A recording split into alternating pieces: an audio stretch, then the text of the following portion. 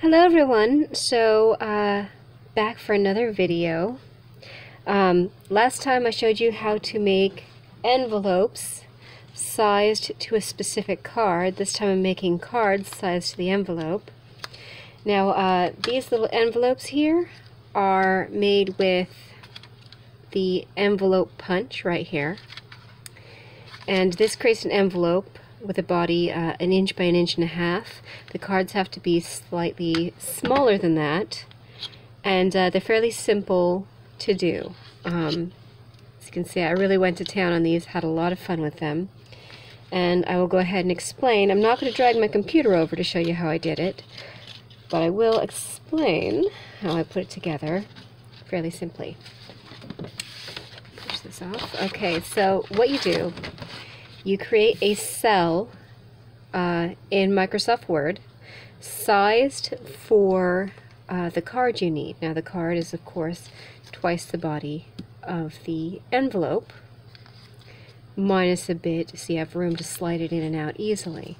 So I actually made these 1.5 inches by 2, and I actually punched little holes along the body at the corners and at 1-inch increments in the centers so that I could use them as a lineup. And then I took a ruler and I took my pointy tool, in this case an awl.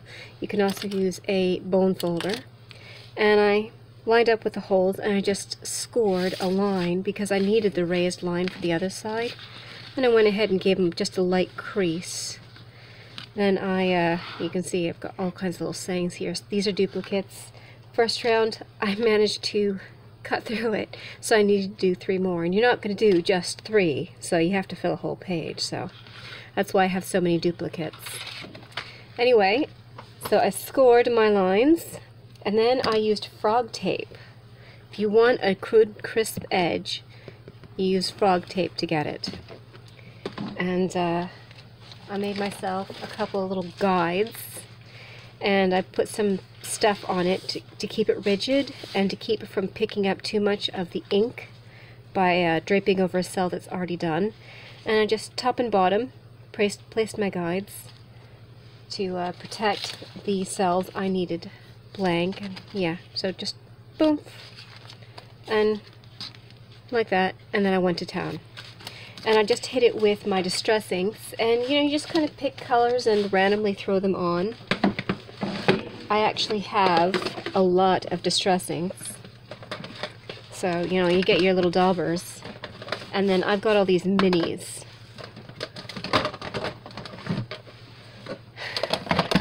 I've got quite a lot of colors, so you choose your favorite colors, and you just do subtle around the edges. You do little circles. Just do whatever you feel like, and keep in mind what's going to be on the other side. But when you're just doing the colors, it's not too big a deal. Then I actually went and did internet searches for silhouettes to get the images I wanted to match up. So these are little girls with dreams become women with vision. So I actually did 2 silhouettes and had them facing each other, a little girl and a woman. And you just kind of line them up. So you create exactly the same grid on the second page as you had on the first, just without the words. And then you have it lined up towards the top of the cell. And what you do is you take your page with all its color on it, without the silhouettes obviously, and you hold it up to your computer screen. Now you go into zoom, and you adjust the percentage of the zoom till the page on the screen matches the actual page you're holding. For me, that's about 88%. And then you can literally just hold this up to the screen and check your image shining through the paper to make sure it's lined up where you want it. That gives you exactly the look you want, and you're able to double check and adjust it with spacing. And you hit enter, and that puts a line above it, and then you shrink or enlarge the font till you get this spaced exactly where you want, top to bottom. And yeah, fairly simple. And you run this through color side up, in the same direction that it came out when it's spit this way. It basically just comes out this way, you're decorating it, and then you're running it through this way. So, fairly easy. I mean, it's not rocket science. Anyway, once you have that printed out, so you're working in stages, it's a lot of work, and when you F up, you're really upset with yourself. I was really upset with myself earlier, got to tell you that. Alright, so once you print it out, easiest thing to do is cut it into strips. You've got, I left really thin lines. When I created the cell, I actually chose a very pale gray color, so I'd just barely be able to see it, because if I needed to leave it a bit large or have a bit of the line left, I didn't want it to really be super visible. So, and put that there and there. There we go. That gives me a guide without being uber dark. Now be careful, my last one, as I showed you, I managed to go offline and actually slice into perfectly good cards, ruining 3 of them because my knife slipped. That cheesed me off. Alright, now, as I said, these are going to have a bit more trimmed off because these are sized 1 by 1.5, and you actually need them to be smaller than that or it won't tuck into the envelope. So easiest way, there's my scissors. I prefer to cut these with the disposable scalpel I have, but you know what? I slipped last time. We're not doing that again. So you're cutting a bit inside and just trimming off, double checking the words, making sure you're not going to cut anything off. There we go. And that slides right in the envelope. That's just about perfectly sized. And just that easy, you've created a little card. Now at this point, before you stick it in your envelope, you can embellish it with small bits of bling, 3D embellishments. You can do paper embellishments. You can emboss them. Oh, they look really good with embossing. Just saying, it's pretty awesome. And you can do them one at a time. That's how I did these, one card at a time. But really, it does take so much longer than having them lined up, taping them off, and just going to town in a row. Especially if you're going to do some that are going to be very similar.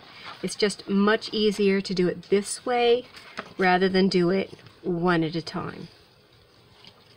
Now, you don't have to print something big like this. These are actually for little girls. These are for my landlady's granddaughters, lovely children. And with something like this, what we initially started doing is she would write something on paper and then I'd scan it, shrink it, and put it in. So you can write something much, much longer and shrink it down, because a lot of kids, I know, I certainly did, a lot of kids love tiny things. The smaller it is, the cooler it is. So consider putting more than just a couple of sentences. Consider really filling it up and shrinking the text down super small, because it's just cooler. It is. Anyway, yeah, simple project. Takes a bit of time, but it's totally worth it. It's totally worth it. And what we're doing is we're creating 12 of these for each little girl, and they'll be able to open one a month. So they'll get little inspirational notes from Grandma, and you know, just different things to have fun with, and to kind of lighten their mood. And yeah, it's just special when you have something like this. It's unique and fun, and you can make it as simple or as complicated as you want, and really personalize thing, and throw a lot of color in. Just make sure you put the color on before you've run it through your inkjet. Inkjet runs. When you're trying to put distress inks or even stamping with a stamping ink, standard stamping pad, with